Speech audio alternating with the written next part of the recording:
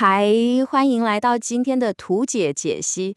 老实说，我想我们都有过这种超无力的感觉。明明刚出社会没几年，每天工作拼得要死要活，连一杯饮料的钱都认真记账，甚至周末还牺牲休息时间来搞理财。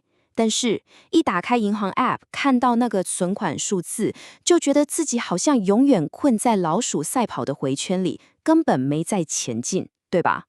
你是不是也常常下班后还硬撑着熬夜看那些密密麻麻的股市线图，心想着靠投资来翻身？但奇怪的是，为什么花了这么多个夜晚研究股票，你的银行账户数字还是无动于衷？如果你觉得这听起来超熟悉，请放心，你绝对不是唯一一个面临这种困境的人。这就带我们来到了第一部分的重点：投资的残酷真相。也就是你可能一直以来都玩错游戏了。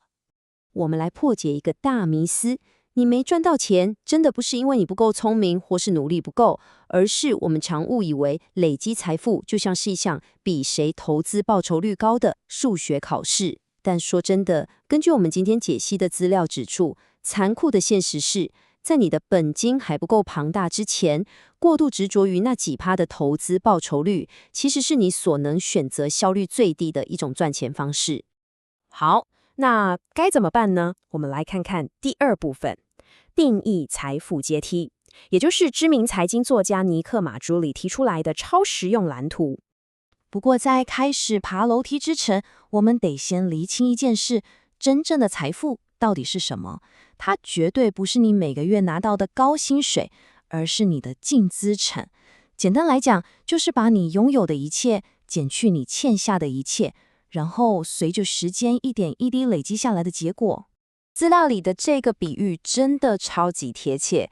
想象一下，你在开车，追求财务自由就像是一趟公路旅行，你的收入就是这一台车的引擎，而你的净资产就是油箱。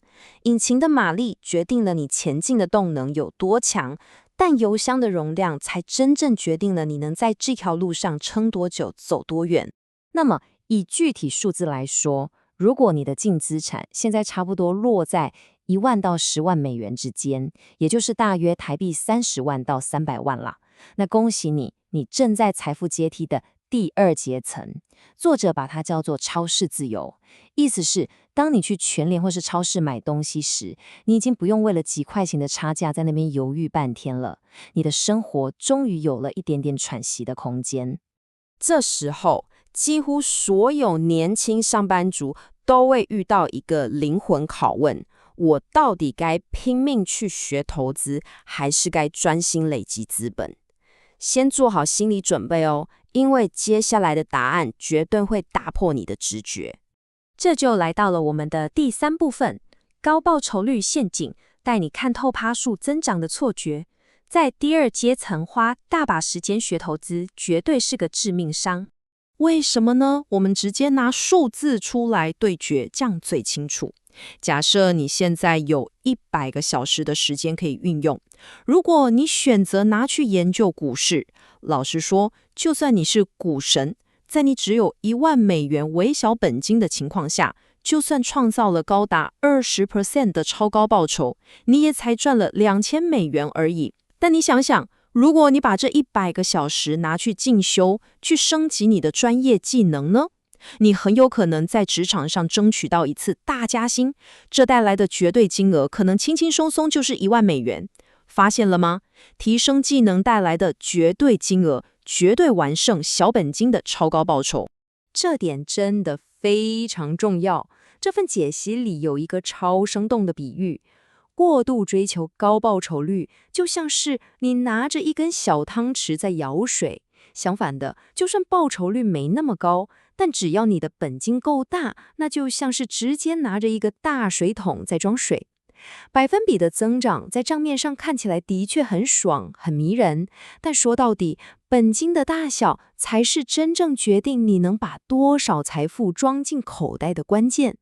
所以这边真的要给大家一个严厉的警告，在第二阶层最可怕的财务大忌，就是你没有刻意去推高你的职涯跟收入。如果你选择安逸地待在一份平庸的工作里，把宝贵的下班时间拿去省那几十块钱，或是死盯着股市跳动，你绝对会错失扩大本金的黄金期。更惨的是，你未来的财务天花板将会被死死地锁在你的时薪跟劳动时数上，完全无法突破。既然看清了陷阱，接下来第4部分，我们来看看迈向自由的3大步骤，准备往第3阶层爬咯。为了解救大家脱离那种纯粹卖肝出卖劳力的生存模式，切换到资本扩张的快车道，资料来源整理出了3个超好懂、马上就能行动的策略：升级收入引擎、投资自动化，还有打造无许可杠杆。第一步，绝对是猫起来升级你的收入引擎。在这个阶段，最好的投资项目100%就是你自己。请把你所有的精力跟时间砸在教育和技能培养上，特别是去挖出你热爱的事物跟市场愿意付钱的高价值技能，这2者的交集点在哪里？想办法把本金做大，这才是你目前胜率最高的一条路。好，你可能会问，那我都不用理财了吗？当然不是。第2步就是建立一个极度无聊但是超级有效的自动化投资系统。拜托，真的别再每天预测市场或是挑选个股了，那只会白白消耗你升级引擎的脑力而已。具体到底该怎么做呢？其实就是4个字：持续买进。把你辛苦扩大收入所多赚来的钱，设定好定期定额，去买那种手续费超低、广泛分散的大盘指数型 ETF。透过这种降低成本跟分散风险的方式，你等于默默帮自己做了一个被动的资本水桶，剩下的就放着让时间的复利去帮你打工就好。